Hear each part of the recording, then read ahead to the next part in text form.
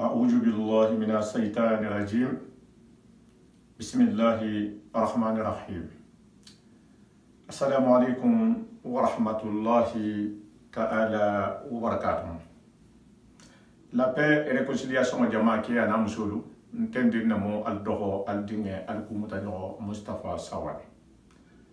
al konton bari nyala hal konton misilme ala hal konton kombental jam ko hanyo na do silo ka silo me musalatal mustaqim masiloti se dunia en sotanya ni manfo al kiyamala wo me fo non na ko ne ala hajigo do be nyon nabi no wol mo na ustajo gundo turati isa fa en ko mare mono bukhari yango fo ni ke ahala kanu ahala kitabo kanu abin kila la sunno la faska anata wala hadalati ni hajende en totala wala hada muhammad mba ngallahi dila jam wala hada men bena la jam abikala wala hadalati wala hada men se bari nyam na fa wala hada men mulla liru do ti mbe katakan fo se nawo wala hadalati jam ite ke si jigo jato ite muso si jigo jato bar janni e bi ni hi jigo jato i jigo men mani janni ba fa ko inje wala hada men tamela ou bien karmo ko inje na men fo abe ke lu le ba abe muso lu le ma ihi fanja gandi ibe men ke kay kila est ce que normal lem ihi fanja gandi ibe ke men kay musula est ce que normal lem ibe ke men ke kay musula est ce que ni men nga ki te wudu din musula ase ise somam ibe men ke kay kila est ce que ni ke fanam musulo ho ke te fanam barin kila est ce que ase dieye dunia ko yin ma hagole amangole iko ko men melema ikana ke dola akata musuti akata keti akata lindenti ustadi kuma ta mun kan ja kule mu men beta na communauté jahangolu abe nyagar njam peteke bi wono mu futoti kelu ne muso la ne hon faham balia mbata jamfa bimbe vive kanne e comme presque ti babu le nyamenna futuli bata sa sanyama kulfu kala foto sharia mabudo mante parce que futo alen sen tubule la lo peteke karamo siama me kuma lale baradin sen hakil to kuku mo men be futu sala son ya la dato ten ha fo ko futu se sale sa ho mawura la e ya ti ke kutakum sare la be futu sala de ni be futu sala ni te malo lon na no nyininka al hajigolu men se futu e sare ya sa nyata ha fo ye ala ko ya bo silo la janne hana to ba misilimo le moti e hana futu sa dino man so memma isena ifambula kasola dunia jam iseta ifambula kasola alkiyama ite ke yen ite musopu alamu kisila alamu natangala alamu hon fahamu ma dilam kene musola fatanga dingal de ba conséquence tak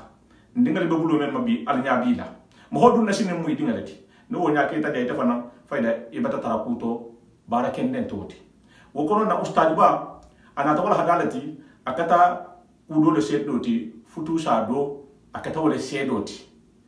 anata wole sede ya itamisi di molula ala ko ngalong nga conséquence long ala ko atelemen jala mela dan ala hafu ko muso yin aji kuma la menga muso yin muso ko ngole tiya beten na be dundin tenni ite muso ite men jala sala ite men bokku ite ni ke bato nyaadi ibe mun lori ikema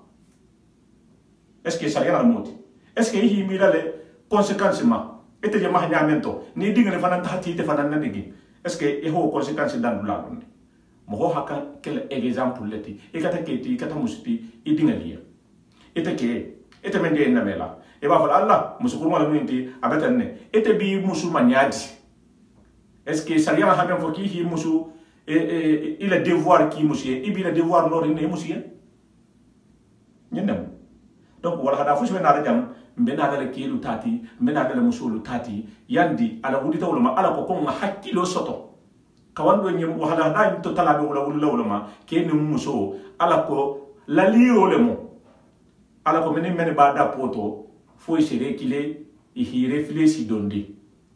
problème ba be mbulu na futulu kono jambi kele no muso ay hankato bata sian dingalu kan ay hankato bata sian fangalu kan ba ntel fangalu ta fa habala be tambila nyaki la do woto mbare ke mana musumalu ala hayna me al hakilo la alhan kata alhan alingan na futu la tanga futu sa mandi de haringe kafiri jamano men kan tibabo li ya majanti parce que mo hodo se futu sa la son yale dato nya men de exemple le tala ya nge tibabo jamano men kan kafiri le muti miside man titi bare sajele ja dolu la futu sa doron aseta han sandi saba sandi fula sandi killing divorce e bata di futu dum wala hasi di asata kata muslimeta kata kafirti parce que futu sa conséquence bale bala wala hake be sala sa hafolo janni futu be sala c'est ça nyadi ni wo regili kamal tale futu sena sa alhitullah lo ustad la gundo turala habandula inshallah al muhakkil ni madila mate ben kambe ngadun ni musulte man dingal tema mbafla aliyan assalamu alaykum wa rahmatullahi ta'ala wa barakatuh hafonna ustad bay ni wala mo ustad gundo turati ko bismillah alhitul mal wala habandula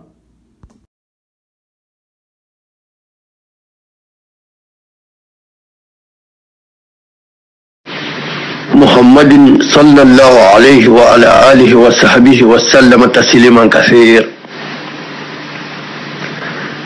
أرجن هذه منبرلو حالبيكين كلنا كنتم سؤال ما بنيا كنترولا فما جوا كنترولا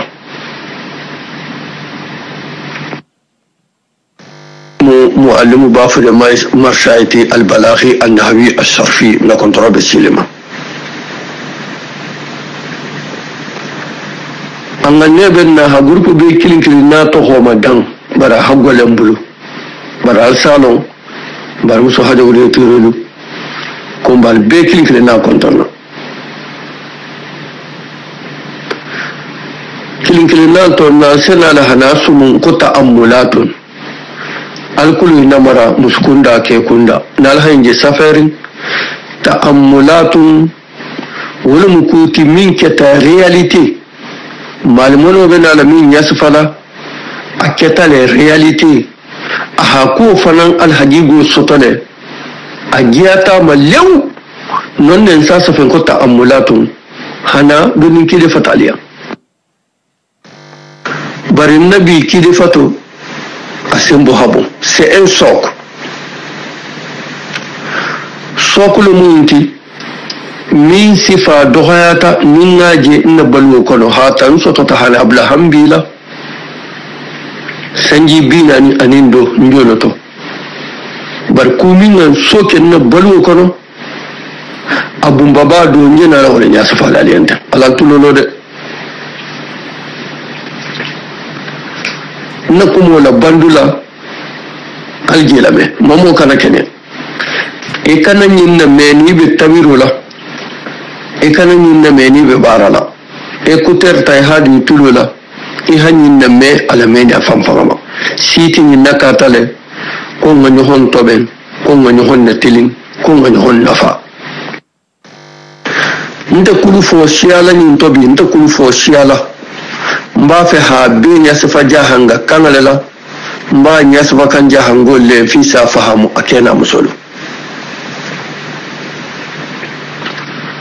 wallahi billahi tallahi nana tu babdugu konko gotanna feto gotanna bar maliyama bonna few janna amanke herat yo ntenni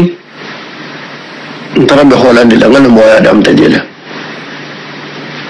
jini kumbalun solledu seni dagolen balun solle blankanna burumentulu samta kumbalu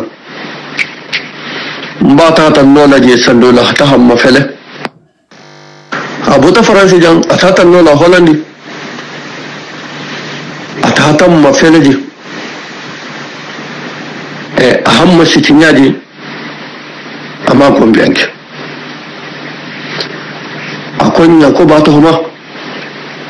akoko be kata kuni do hola sila ko nyabota hakata ihi do hodati jamono kono nuwo bota je no ko be ke na nyangi ne la dimba ko mai bata si mustama hamusota afrique parce que alangenya wonya fan abayin fan konjana murtile definitif hatara na sankuraya nya halulu moti murti definitif yo barumo mani hanje isafa ko nyin ko ni ngajanga muso da bakanta sonnato ko nyin ko foto ba muso ni hanje njeda mo jenya na fa antikilinte de o botaje sandola mfaba kamaru buhari fanantata mbaba tata dole mutum mfaba kamaru buhari hafizahullah hafizahumallah o fanantata dinke mafalaji sorba o fanangan koroshi ninna jini balu ninna safe me kuntin ninna kuru kwa lundo hambe malen ako soraba gundo tura mo min be tata konton wolu akali jenya ni almasitinya ako man hene ako barkal bulu be dulu nyohom bulu ako hene aka farfalo mint ako kabrin na tajam ako kunda be du batanan konto fofula kunda nguru batanan konto bulu be dugo en kono giras kunda nguru be dugo en na batanan konto ko no kedo bije ko ba fo de giras mo wala batabo amsarna mo hanan konto e batabo ayndo ben jango be du batanan konto o ko to no jinti kalni nyulbe albulu be hombulla albe dun kan kilinti habo kilinti nonte intena la alla alfa kontona ni homo janati la alfa konton akoto le jinti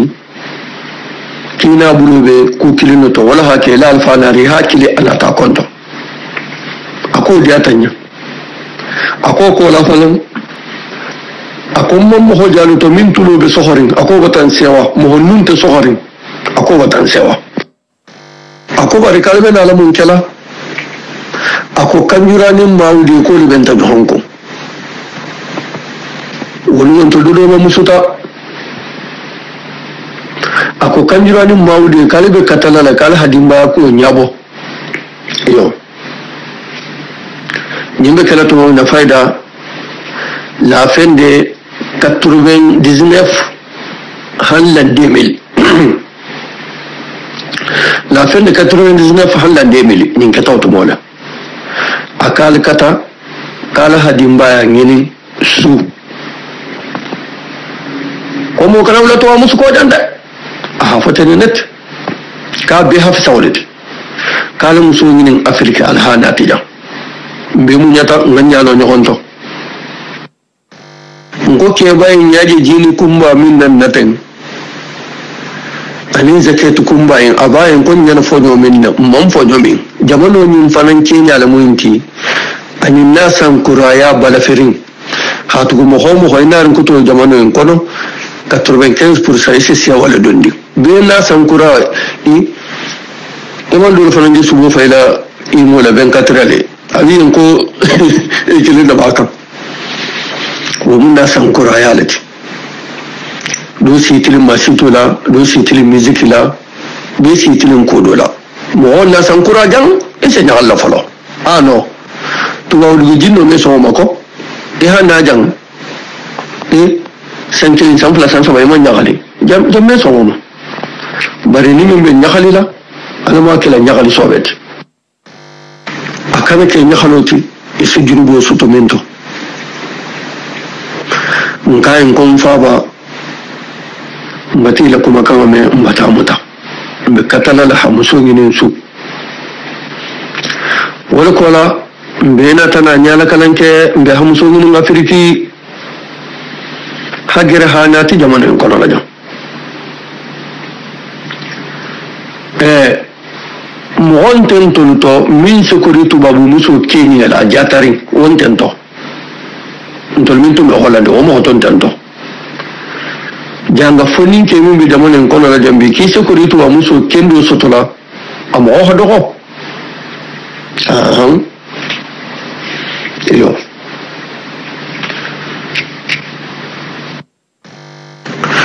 bari ngambore mumma ko kanjurani mawdi wolle benta no honkon hari wena la sikuta tala bar kanjurani mawdi wa hatarato jahango hatara la dimbato be hamso ta afrika ngala wuli mumma ko habari nyaadu no hombulu musuta afrika man no wuli musukuma no c'est fou aman no wuli din soto doroma c'est fou man d'accord Allah hakotu de hamsota Afrique aman na wuli din baya kuma aman na wuli din soto kudoroma ala wuli tal fanan habarin ya fanan sudi ala wuli tal o ma fanan belato iyo min din baya ta doron mo tuba muso tubirin ha man dala mu sama manke yin na mawudet tuwa ke hanya da tuwa kun tido be hajan da yo na man na wuli barin yama aman na wuli kun kanan silu kalafili jon se tuba muso tuji hata muso fin mata jon soke yin din baya ko simple mu a mbarinya ini poten tuwa ko da ta fata fata ko billahi jamais barala wuli tane ko ha alfa la sila ko to jukki barinya bari nim man to nya fo nyohonyo ngela si jamin na maten silen muhammadu bi afrique wala je jam futo kan haban hatinya mulbe sigirin afrique wala je jam futo tinya kan silen folo to afamba tum bi janne bara wata girin bi ata afrique ko ali ke kude albe fa halal ko be fa halal be tanal al kiyama ibe fen kala je satre nya gabulo kono janna si min to masilin folo to dimbaya mulbi jang imangol kudon zame intana tarajan hamsoro tarajan imangol kudon abumba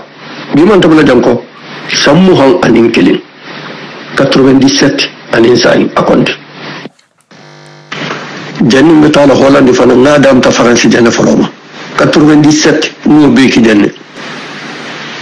98 na tata holande yo ntaran sa ta hanin sagi fana a folo muso jan 80% abetum batu ngata kelema abetum batu aketa lema otumo pokotolo manda hibula futulu to 80% musuman location non musuman bara bambali non musuman kenani non musuman hakumo ta jan halasi afrika musuman wolon ha afrika data hablele futoto musutara mawolo bebe sabarle nganyiro nya matana si jando mabi amma sibu be bunyare ala to barango hato nya faliya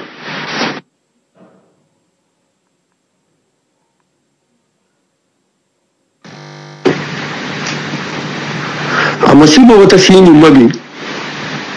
nun muso hatta alfa wata halamu holkile afrika annan ta kuma wani kala bitugu ababan ta kuma wani kala muso jana min foi to le wole saharin ba muso be gudo dilema fu sinti jo kola fu fota te mala wato inta kalen ko fadiya la mu faniya gudu ko muso ni di gudu min di kaima wala hake naji lalakan wala hake baba bi lalakan fen nin boko to man saha aman saha sinin aman saha munna musoro bati kun firin gulin kamma baro kamma ha te godo ke hila futo tinyala hi ke likelala hi ke bay gun kono itoluni idohol hani ansaleje yala silonda ha tarayter folo toroto musuni ikilin bigina tawla itel ha musuni futu ima godo don to mo mi dema itel hala bi somodi itel hi haju be bula hanilo musun fi ha kaito soto yo musun kaito sota singe bambanta nyami musun mi sarete musun ite saraman ke fust musun bulu fo musun nala mo holihi la no honka hi te kekele yanna sino nama benare barnya janna a hero bataba yo no nimin be hero makono nin janta afrika heranti jambetugo janna hero bantal lew yo tinja anin albala wani jitore mitugo bari sai musuru jidan muso ni na hiki ke hiki ya haka hike talake muso ni baba hiki ike hiki ya hakan hike talake ike lassariyan wulumi kunna wajiboci itin bar musu beto hashe baba tati hashe ina tati hashe karmo tati mo fenfeni halo ike la hako habu ka sha mo beki itin te juturu mo fusu mafike o ime mo honna ni fike o ime mo honna na fi ya fike o yo ni fakata isaji nyala yo mo hakanga lonna le ki fakatu mo manjammene mo hakan wolon ko ita muso bata sanji bina ne ci fike ke bata sanji bina ne ci he bina ne ko ta soto halawo kan bisagi umu riskilate da yo mbaringa na histoire le londo soto ni wahdo min giya tamma lew walhamdulillah ala wala hada indila futu dole janasa a futu sa hantoro na kelon na musolon na kenyin lon na musolin lon bari jona futu insa african golo mogomul be afrique alsilan alanyade kalbe faalale ala hal dabo jam futol to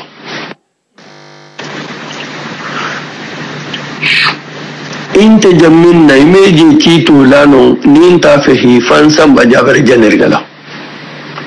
inte jammi imeji kito lano iyo seden juriyale muslimot kende la barante ni te dinki hakumin foya to nyala mu te dinki me faniafo ni di muso hakumin foya woto nyala mu te di muso me faniafo c'est faux ça ini di muso min na kulu ita malan ko na ringa jatinya tale ita malan ko na ringa atul tale ini dinki min na kulu ita malan ko na ringa jatinya tale awita ko inul fatanta jam kibo nya alhamdulillah ben tonya iyo mambla groupe bela iyo insa kuma han bar sibite ben ko min su kuma sensen malmano ala tulo le betega njemo homuluma nki bata bo hombulu lew musofa wa bata sigi bara sabo keta muhollati mulbe afrika walihi bo ni hombulu ntakata hako kabitadila nam firinje non tantana la fla mo kem fla mo ni fla tema de mo be lari la ko mo mine so fo jamaatu ko me lari indale nakumo a 60% ala be la nyame fla be ala hainta kenin a sanji muhan jabe toro la musoyina sanji muhan dogo kanko bar mini hombo ko molo bara hasan muhan jabe toro la musoyina yo musoyina sanji tan anin nani kaman kai to soto kebe lor ba su tenela 14 ans santan anin nani ke mu kala be toro la musoyina musoy banka to soto musoyina har jige ta kono subui kai tin tabulla ke nisa lo ala ferela yo kuma la sute akamala ke ni ahamindu musoni na koto asuluf la soto mo ay lagene kola kare lufula asa soto mo ay aberi si babulu inten min na doluje nyala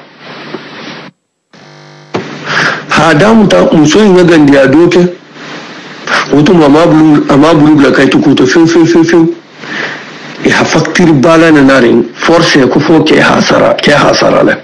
gudi ba yo musoyi na kai tuko fananto ke yin nasarin sabake aba guri sarala aw kama sanji saba o fanan godo so mu kendel mo fanante so mu kendel kenyi lo muso fi ken ha muso na kai to soto ina tana kai to dia ma 5 ans yo ya 5 ans di muso ni manyami muso ni jango safo ko musuman dalilo sando ngaguni ko musuman dalilo abinte bada dulumu yo muso na ta mun ke bitu barin hakul la bojela isa famille ko impossible ko la tuta wala wala jela ni sa kanin ke me be mato fi kabrata ta afirki sinya kilin anata a sifini ita ta bi na hamije kuma la suta kamala e hayne hagere ha sita nimma ni be larin ato muso sa singala ta sinnatola asa kuma la ta sinnatola ke kuma be jama'a ta sa kuma bono ha kuma la ta sinnatola kabrin ke hoje nyami faida ke fanana kulu ralantin ka ko wata jamfaya ke yin muso tutaten hankar saba iga da halo nyimma don ta kuma na dole bun kono ibi kuma kan bari full essential bari do hadin to dola ha sabu ki muso ti awta da ta ke yin kena ta konto fili ahamso la muholu kili iyo ahamso baba kili ahafanni kili ahalamu hokotan kili aldi muso abeten ala kila ala hukumayen konso kumayen tar warawla kisuma mojabota tar warawla kiyeke gana mabe firin kan bun kono aki gana mabe firin kan duniya kono imam fu ibato atuta onyane lundo muso nata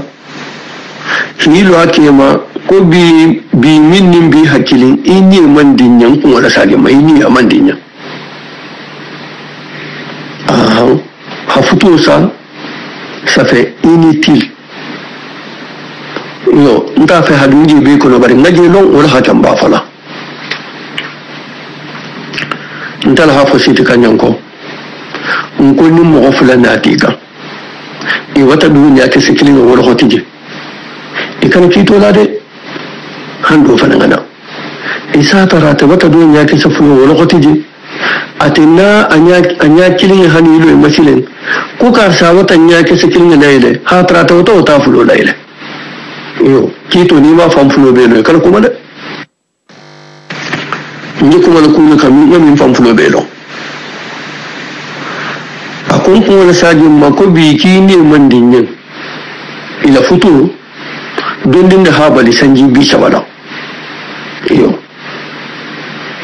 sanji muhan ani ko jamba don din ne hila futu bali sanji bi shabala kan take ku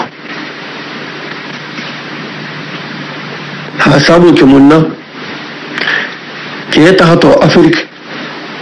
ke man karti bule ta ha to ta bulle jan a hola so ma fita ha ka saboti a sabo do ka tawti ha sabo fulan ke munti faida abe goro ni ka mata kai to so to bitugo abe barakan abe julani Allah abe ta kafanci ana mo ba supporte ka wala parce que abata na mo sangodola iyo horo e kana son idime hi sangodola horo la barante ameke mume nal mandali ki de fatalatan ko baralatu nan nya safali faida ke ma dan ku iyo igolo to muso na mo hakke do ni muso ni ha muso ni obla contact la dina banta muso man ke yin londe muso na muholu wallahi muhodu masasa na rinje kuni be ka sako muso ne don ta contact to ta kire fatala dun haidalita don fa man afafalo kuma ti la fotosa akona talaba mumma muso na muholu ko bi fotosa ko rome la musukan koni ba ko ki kan na dimma ifani la hafuto la sit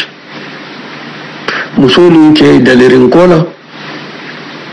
faida ya futu kende keren do wasa african golgulu kola ya futu keren do wasa biento sambisa ba ha futu kutata hala city ani ke kutata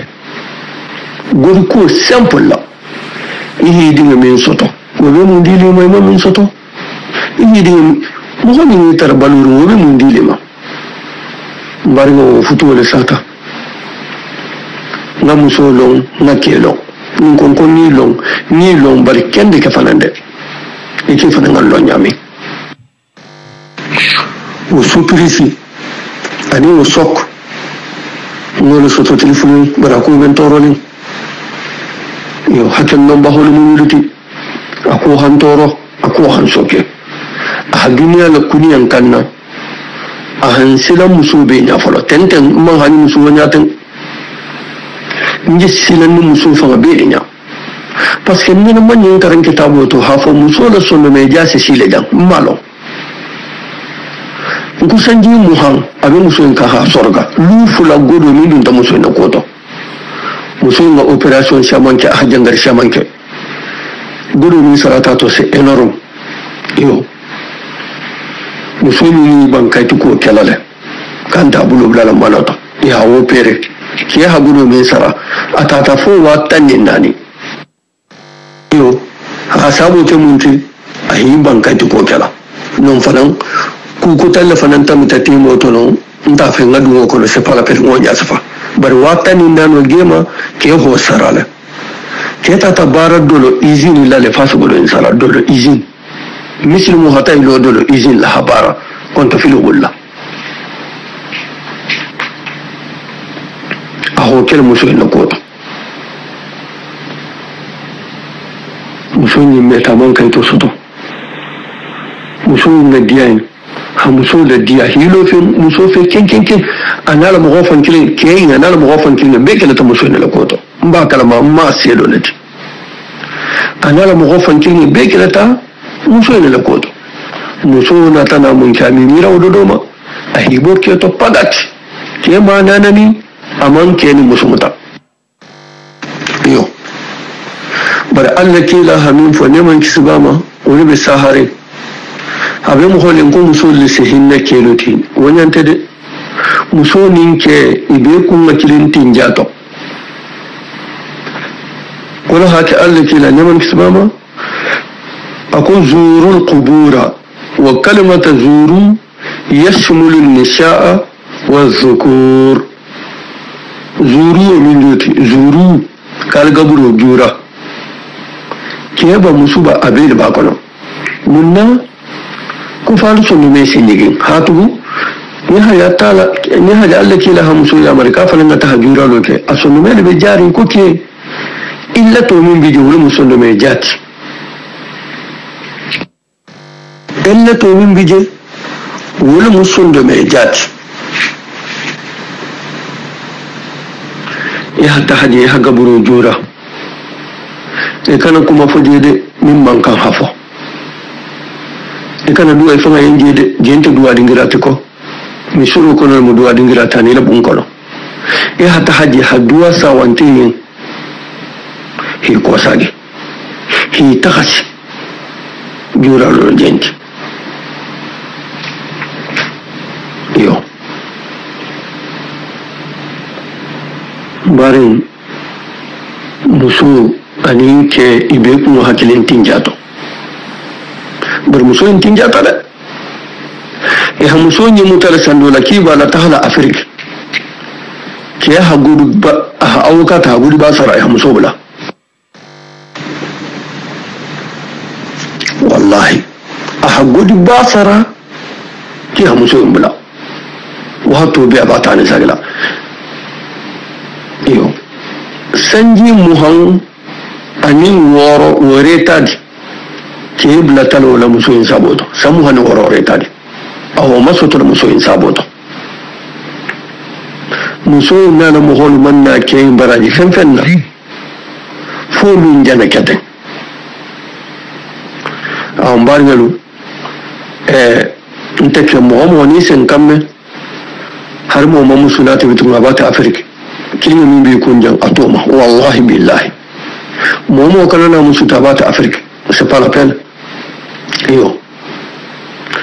non abe guri ni nabitu ngafo nya selen parce que munna ni ko si aja ko ta fo hafa la kabe parce que nya lon non nana ta be kala nyami inyo lon non awasi ko min jilawnya a to Afrique c'est mieux yo inun kata ha hakul la tanga je hilo la je ken ina ken na bena to Afrique mbengin karo kala mun nasinen hajanga muso futu be sa kan français de ça fait musuma falinga la fanga je mutare musuma falinga nje sigirin jamin naten nga futu bina nin sagilo abe saringa la mu nga mululong futu bina nin sagi natul fatanta eta hata hadu musuta do hata hadu keta do hata hadu musuta ça fait ñu ho musuma falinga albetal minto nje tal minto ten tidon dajugo sifaji mamunti est-ce que ñimo dajugo be toleti hein parce que mba ko rosi kan eta hata hasigi do keku ça fait e ha do musuta e se do je tensain ana ke bata fatan do na musu bata fata bon do na ke fatanta do mota do na musu fatanta do mota ko wata sai ya jago da futu be sakan doron n'importe abe sakan doron yo abe sakan doron ha sabu ke fenkuinki ni mu ta guri kunta guri kolum faniya fululum ma fa be mu guri kuti bar guri ko ni ho bato ato man siya baringalo mun nasile betala musota na Afrique mun na manto musota jan atubirin mun na hata musota Afrique hanatin ta bana fajala bi nyantala dingal bebe ke kan nyama gagalati dingal bebe ke kan ça fait min ya diye bilu ne be gola dingal mamma kulu mamma tilin ni min ta tulita uhi hidi ataw ma ba ko mo on ta kalma dula be ba kalama o me que non sai c'est trop tard yo jendin dingal c'est ko sente kini billahi hatu mugomi fan kulunun fila mugollihi kulu bayike nani baba wulma ke fente fo gulini fenton yini fenku bala baba fo gulu na fo gulu dingal be tinyalale dingal man indiqué e mollo sila sobeka aljamalun sina biyin ke to tala arjana la ko dingo to ko wana wallahi wasu ka tala fani silabati inta tala wana falo diratu ko bin bakhur kenda ni alama yan fay mo wala bi makolo ni yo aha mbariyo min karo kala mun na sina ta muso ta Afrique mun na fan hajanga muso ta puto be kurata salaw min bara man sabe de min de mi ngala bon ko la hanna manda ma nyonna min na ta be na hado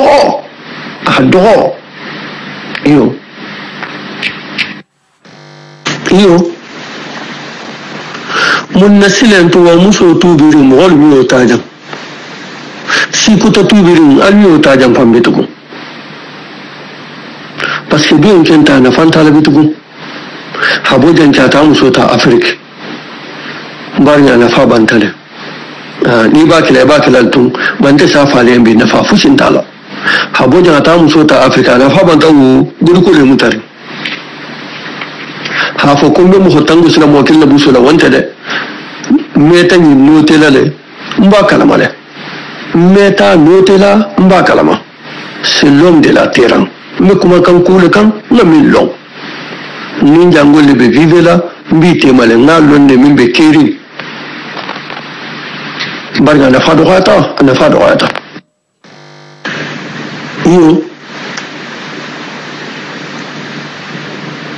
iki ha futo ke afrique fo barinya julo si jokki barinya julo be kuntuta barinya julo be abe kuntuta ajulo be kuntuta ha sabu ke futu sa inti jangulu no hon kama be fo heni ni ndafa isilani ne dokan ta dun kamen ko to lundo billahi wallahi na do di momin ko ne imo la wodo abi ma yenge ngela ba fengela he ko mo len faranje mi ñaxal ko to bola jambala ke ko kan ta dun kamen ko to bari ci fam faqa billahi ni mi ko ni jël abole sir wala fa ko man ko so fa ko la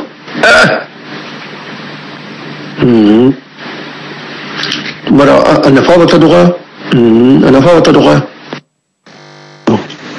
ma dama kan be tahla bulu nyimma hawaja ta muso ta afrika na fado hatala ya harabu muslim waje jahidi muso da madu